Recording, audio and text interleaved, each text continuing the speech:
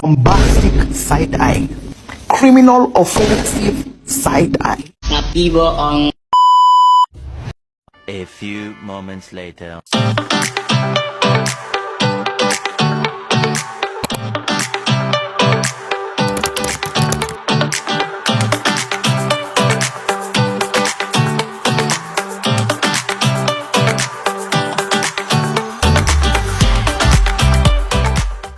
Mau tahu Good Corporate Governance atau GCG lebih dalam? Yuk simak baik-baik. Daftar isi yang pertama itu ada 1. Pengertian GCG, yang kedua prinsip-prinsip GCG, yang ketiga manfaat GCG, 4. GCG dan hukum perseroan di Indonesia, 5. Organ khusus dalam penerapan GCG, 6. GCG dalam badan usaha milik negara atau BUMN, 7. GCG dan pengawasan pasar modal di Indonesia, 8. GCG perbankan di Indonesia. Ini ada pengertian GCG. Yang pertama, menurut Sukrisno Agus 2006, mendefinisikan tata kelola perusahaan yang baik sebagai suatu sistem yang mengatur hubungan peran dewan komisaris, peran direksi, pemegang saham, dan pemangku kepentingan lainnya. Tata kelola perusahaan yang baik juga disebut sebagai suatu proses yang transparan atas penentuan tujuan perusahaan, pencapaiannya, dan penilaian kinerjanya. Yang kedua, menurut Wahyudi Prakarsa dalam Sukrisno Agus 2006, mendefinisikan GCG sebagai mekanisme administratif yang mengatur hubungan-hubungan antara manajemen perusahaan, komisaris, direksi, pemegang saham, dan kelompok-kelompok kepentingan stakeholder yang lain. Hubungan-hubungan ini dimanifestasikan dalam bentuk berbagai aturan permainan dan sistem insentif sebagai kerangka kerja atau framework yang diperlukan untuk mencapai tujuan-tujuan perusahaan dan cara-cara pencapaian tujuan-tujuan serta pemantauan kinerja yang dihasilkan. Selanjutnya adalah prinsip-prinsip GCG. Yang pertama, perlakuan yang setara atau fairness merupakan prinsip agar para pengelola memperlakukan semua pemangku kepentingan secara adil dan setara, baik pemangku kepentingan primer seperti pemasok, pelanggan, karyawan, pemodal, maupun pemangku kepentingan sekunder seperti pemerintah, masyarakat, dan yang lainnya. Yang kedua, prinsip transparansi juga disebut sebagai prinsip keterbukaan, artinya kewajiban bagi para pengelola untuk menjalankan prinsip keterbukaan dalam proses keputusan dan penyampaian informasi. Keterbukaan dalam menyampaikan informasi juga mengandung arti bahwa informasi yang disampaikan harus lengkap, benar, dan tepat waktu kepada semua pemangku kepentingan. 3. Prinsip akuntabilitas, prinsip di mana para pengelola berkewajiban untuk membina sistem akuntansi yang efektif untuk menghasilkan laporan keuangan finansial statement yang dapat dipercaya. 4. Prinsip responsibilitas juga sering disebut sebagai prinsip tanggung jawab, di mana para pengelola wajib memberikan pertanggungjawaban atas semua tindakan dalam mengelola perusahaan kepada para pemangku kepentingan sebagai wujud kepercayaan yang diberikan kepadanya. Kelima, kemandirian, suatu keadaan di mana para pengelola dalam mengambil suatu keputusan bersifat profesional, mandiri, bebas dari konflik kepentingan, dan bebas dari tekanan atau pengaruh dari manapun yang bertentangan dengan perundang-undangan yang berlaku dan prinsip-prinsip pengelolaan yang sehat.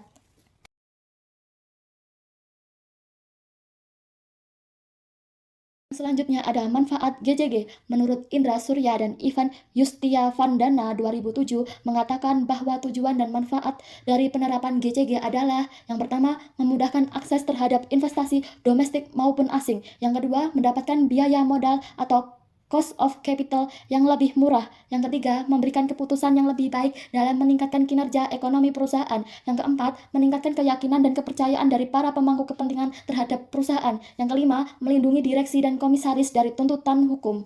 Yang selanjutnya adalah GCG dan hukum perseroan di Indonesia sebagaimana diatur dalam pasal 1 ayat 1 Undang-Undang Nomor 40 Tahun 2007. Yang dimaksud dengan perseroan adalah badan hukum yang merupakan persekutuan modal didirikan berdasarkan perjanjian melakukan kegiatan usaha dengan modal dasar yang seluruhnya terbagi dalam saham dan memenuhi persyaratan yang ditetapkan dalam undang-undang ini serta peraturan pelaksanaannya. Pertimbangan tersebut antara lain karena adanya perubahan dan perkembangan yang cepat berkaitan dengan teknologi ekonomi, harapan masyarakat tentang perlunya peningkatan pelayanan dan kepastian hukum, kesadaran sosial dan lingkungan, serta tuntutan pengelolaan usaha yang sesuai dengan prinsip-prinsip pengelolaan perusahaan yang baik, good corporate governance. Yang selanjutnya ada organ khusus dalam penerapan GCG. Menurut Indra Surya dan Ivan Yustiavananda 2006 menyebutkan paling tidak diperlukan 4 organ tambahan untuk melengkapi penerapan GCG, yaitu yang pertama, 1. Komisaris independen, yang kedua direktur independen, yang ketiga komite audit, yang keempat sekretaris perusahaan atau corporate secretary. Komisaris dan direktur independen. Independen sering diartikan sebagai merdeka, bebas, tidak memihak, tidak dalam tekanan pihak tertentu, netral, objektif, punya integritas, dan tidak dalam posisi konflik kepentingan. Yang pertama, komisaris dan direktur independen adalah seorang yang ditunjuk untuk mewakili pemegang saham independen atau pemegang saham minoritas. Sebagaimana diatur dalam Undang-Undang Perseroan, anggota direksi dan komisaris diangkat dan diberhentikan oleh RUPS. Sedangkan keputusan yang diambil RUPS didasarkan atas perbandingan jumlah suara para pemegang saham. Yang kedua, komisaris dan direktur independen adalah pihak yang ditunjuk tidak dalam kapasitas mewakili pihak manapun dan semata-mata ditunjuk berdasarkan latar belakang, pengetahuan, pengalaman, dan keahlian profesional yang dimilikinya untuk sepenuhnya menjalankan tugas demi kepentingan perusahaan.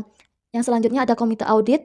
Undang-Undang Perseroan terbatas pasal 121 memungkinkan Dewan Komisaris untuk membentuk komite tertentu yang dianggap perlu untuk membantu tugas pengawasan yang diperlukan. Salah satu komite tambahan yang kini banyak muncul untuk membantu fungsi Dewan Komisaris adalah komite audit. Munculnya komite audit ini barangkali disebabkan oleh kecenderungan makin meningkatnya berbagai skandal penyelewengan dan kelalaian yang dilakukan oleh para direktur dan komisaris perusahaan besar. Yang selanjutnya ada sekretaris perusahaan atau corporate secretary. Tugas, tanggung jawab, dan kedudukan pejabat sekretaris perusahaan atau corporate secretary sebagai bagian dari pelaksanaan GCG berbeda sekali dengan tugas, kedudukan, dan tanggung jawab seorang sekretaris eksekutif yang selama ini sudah dikenal. Sekretaris eksekutif biasanya direkrut sebagai staf khusus untuk keperluan para eksekutif puncak suatu perusahaan seperti direksi, komisaris, atau eksekutif puncak lainnya. Fungsi utama sekretaris eksekutif lebih banyak untuk membantu pejabat eksekutif yang bersangkutan. Ini ada GCG dalam badan usaha milik negara atau BUMN. Menurut Cager dan kawan-kawan 2003 sampai dengan tahun 2002 masih ada BUMN sebanyak 161 perusahaan yang tersebar di sekitar 37 sektor atau bidang usaha. Bidang usaha BUMN ini sangat menyebar mulai dari komoditas-komoditas yang dianggap vital seperti air, beras, dan kebutuhan pokok lainnya, listrik, minyak, obat-obatan, pupuk, semen, telekomunikasi, jasa konstruksi, transportasi darat, laut, udara, kehutanan, pertanian, pertambangan, perdagangan, industri, persenjataan strategis, hingga pesawat terbang. Ada GCG dan pengawasan pasar modal di Indonesia. Pasar modal dapat didefinisikan sebagai pasar di mana berbagai instrumen keuangan atau sekuritas jangka panjang bisa diperjualbelikan, baik dalam bentuk utang maupun modal sendiri, baik yang diterbitkan pemerintah, publik authorities, maupun perusahaan swasta. Suat Husna 1996. Keberadaan pasar modal ditentukan oleh lembaga-lembaga dan unsur penunjang pasar modal, antara lain 1. Badan Pengawas Pasar Modal dan Lembaga Keuangan, yaitu lembaga yang dibentuk untuk pemerintah yang berfungsi mengawasi kegiatan semua lembaga terkait agar kegiatan pasar modal dan keuangan berjalan adil dan efektif. Yang kedua, Bursa Efek, yaitu lembaga yang menyelenggarakan kegiatan perdagangan sekuritas pasar modal. Yang ketiga, lembaga clearing, yaitu lembaga yang mirip dengan lembaga clearing uang giral yang dikenal dengan dunia perbankan. Yang keempat, emiten, yaitu perusahaan yang menjual instrumen sekuritas untuk memperoleh dana dari investor di bursa. Yang kelima, underwriter, yaitu perusahaan penjamin bagi emiten agar emiten sukses dan menjual instrumen sekuritas tersebut. Yang keenam, investor atau calon investor, yaitu institusi atau perorangan yang setiap saat melakukan transaksi pembelian dan penjualan atas instrumen sekuritas yang diperdagangkan di bursa. Yang ketujuh, akuntan publik, yaitu lembaga yang melakukan audit atas kewajaran laporan keuangan emiten dan memberikan opini audit atas kewajaran laporan keuangan emiten yang diperiksanya. Yang kedelapan, notaris, lembaga hukum yang memberikan dasar keabsahan secara legal berbagai peristiwa atau kegiatan penting di dalam perusahaan, seperti hasil rapat umum pemegang saham, RUPS, jual beli aset tetap perusahaan, peminjaman uang, dan sebagainya. Yang kesembilan, konsultan hukum, yaitu lembaga yang diperlukan emiten untuk meriksa dan memastikan bahwa emiten yang akan menerbitkan instrumen sekuritas tersebut tidak memiliki sengketa hukum dan pihak lain. 10. Konsultan keuangan, lembaga yang diminta jasanya oleh emiten untuk memberikan nasihat di bidang keuangan sebelum menerbitkan suatu instrumen sekuritas. Selanjutnya ada GCG perbankan di Indonesia. Aktivitas bisnis dan sistem perekonomian yang kuat harus didukung oleh sistem perbankan yang sehat dan kuat.